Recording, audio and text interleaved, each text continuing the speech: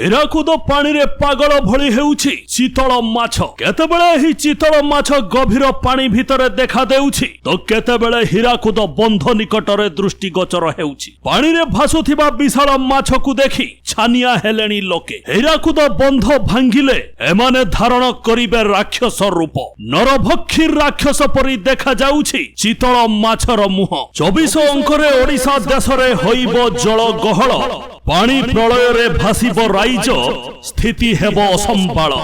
ସତରେ ଦର୍ଶକ ବନ୍ଧୁ, ଇଏ କଣ ମାଳିକା ବର୍ଣ୍ଣିତ ସେଇ ଚିତଳ ମାଛ? ଦର୍ଶକ ବନ୍ଧୁ, ଓଡ଼ିଶାର ଏକ ପ୍ରାଚୀନ ପୁସ୍ତକ ହେଉଛି ମାଳିକା, ଯାହାକୁ ଲେଖିଥିଲେ ମହାପୁରୁଷ ଅଚ୍ୟୁତାନନ୍ଦ ଦାସ, ଯାହାକୁ ଭବିଷ୍ୟ ମାଳିକା ବୋଲି କୁହାଯାଏ। ଯେଉଁଥିରେ ଆଗକୁ କଣ ଘଟିବ ତା ବିଷୟରେ ଲେଖା ହୋଇଛି, ଯାହାକୁ ଶୁଣିଲେ ଛାତି ଥରି ଉଠିବ। ସତ ହେବ କି ମାଳିକା ବଚନ?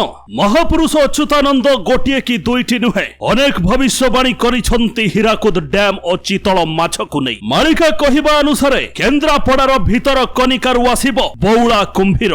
ଅଗାତକାତ ପାଣି ଭିତରେ ଖସି ଆସିବ ବଉଳା କୁମ୍ଭୀର। ବଉଳା କୁମ୍ଭୀର କଳା ବିଷଧର ସାପ ଆଉ ପାଗଳ ହେଉଥିବା ଚିତଳ ମାଛ ସାରା ଓଡ଼ିଶାରେ ଭୟଙ୍କର ଲୀଳା ରଚିବେ। ସେହି ସମୟରେ ମେଦିନୀ କମ୍ପି ଉଠିବ, ଚାରିଆଡେ ଭୈରବୀ ମାନେ ରଡ଼ି ଦେବେ, ଲୋକେ ବଞ୍ଚାଅ ବଞ୍ଚାଅ କହି ଚିତ୍କାର କରିବେ। ମ୍ଳେଚ୍ଛମାନଙ୍କର ସଂହାର ହେବ ଏବଂ ଭଗବାନ କଳ୍କି ରୂପ ଧାରଣ କରିବେ। ଦିନେ ଓଡ଼ିଶା ପାଇଁ କାଳ ହେବ ହୀରାକୁଦର ଏହି ବଡ଼ ବନ୍ଧ ନେଇଯିବ ଲକ୍ଷ ଲକ୍ଷ ଲୋକଙ୍କର ଜୀବନ। ହୀରାକୁଦ ବନ୍ଧ ହେଉଛି ଓଡ଼ିଶାର ସବୁଠାରୁ ବଡ଼ ବନ୍ଧ, ଯାହାକୁ 1947 ମସିହାରେ ତିଆରି କରାଯାଇଥିଲା। 1957 ମସିହାରେ ଶେଷ ହୋଇଥିଲା ଏହା ନିର୍ମାଣ କାର୍ଯ୍ୟ। 10 ବର୍ଷ ଲାଗିଥିଲା ଏହାକୁ ତିଆରି କରିବା ପାଇଁ। ଏହାକୁ ନିଜ ପୁସ୍ତକରେ ଲେଖିଛନ୍ତି ମହାପୁରୁଷ। ଚିତଳ ମାଛ ବାହାରିଣ ଯିବ, ସାରଳା ଦର୍ଶନ କରି ପ୍ରାଣ ଯେ ହାରିବ। ସମୁଦ୍ରରୁ ଏକ ବିଶାଳ ଚିତଳ ମାଛ ଆସିବ, ଯିଏ କଡ଼ ଲେଉଟାଇଲେ ଦୁଇ ଭାଗ ହେଇଯିବ ହୀରାକୁଦର ଜଳରାଶି। ଜଗତସିଂହପୁରକୁ ଯାଇ ମା ସାରଳାଙ୍କୁ ଦର୍ଶନ କରିବ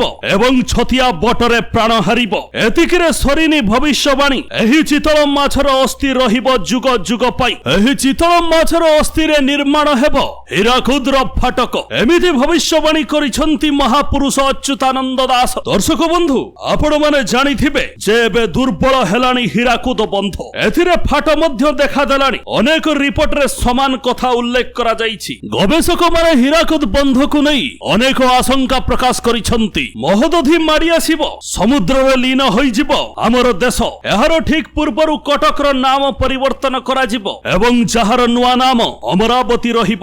ନଗରରେ ଘୁରି ବୁଲିବେ ଚଣ୍ଡୀ ଚାମୁଣ୍ଡା। ଏସବୁକୁ ନେଇ ସଂକେତ ପ୍ରଦାନ କରାଯାଇଛି ଭବିଷ୍ୟ ମାଳିକାରେ। ଦର୍ଶକ ବନ୍ଧୁ, ଯଦି ହୀରାକୁଦ ଡ୍ୟାମର ମରାମତି କରା ନଯାଏ ତାହେଲେ ତାହା ଘୋର ବିପତ୍ତିକୁ ଡାକି ଆଣିବ। ବନ୍ଧ ଥରେ ଭାଙ୍ଗିଗଲେ ଆଉ କାମରେ ଆସିବନି ବାଲି, ଗୋଡ଼ି, ମାଟି କିମ୍ବା ସିମେଣ୍ଟର ମିଶ୍ରଣ। ଏହି ବିଶାଳ ବନ୍ଧ ଚିତଳ ମାଛର ଅସ୍ଥିରେ ପୁଣି ଥରେ ନିର୍ମିତ ହେବ। ଦର୍ଶକ ବନ୍ଧୁ, 2023 ମସିହାକୁ ନେଇ ମାଳିକାରେ ଏକ ବଡ଼ ଭବିଷ୍ୟବାଣୀ କରାଯାଇଥିଲା। ଓଡ଼ିଶାରେ ଏକ ସବୁଠାରୁ ବଡ଼ ଦୁର୍ଘଟଣା ଘଟିବ, ଯାହା 2023 ମସିହାରେ ଘଟିଥିବା ବାହାନଗା ଟ୍ରେନ ଦୁର୍ଘଟଣା ସହିତ ଯୋଡ଼ାଯାଉଛି। ଦର୍ଶକ ବନ୍ଧୁ, କଳିଯୁଗ ସରି ସରି ଆସୁଛି ଓ ମାଳିକା ବଚନ ସତ ହେବାରେ ଲାଗିଛି।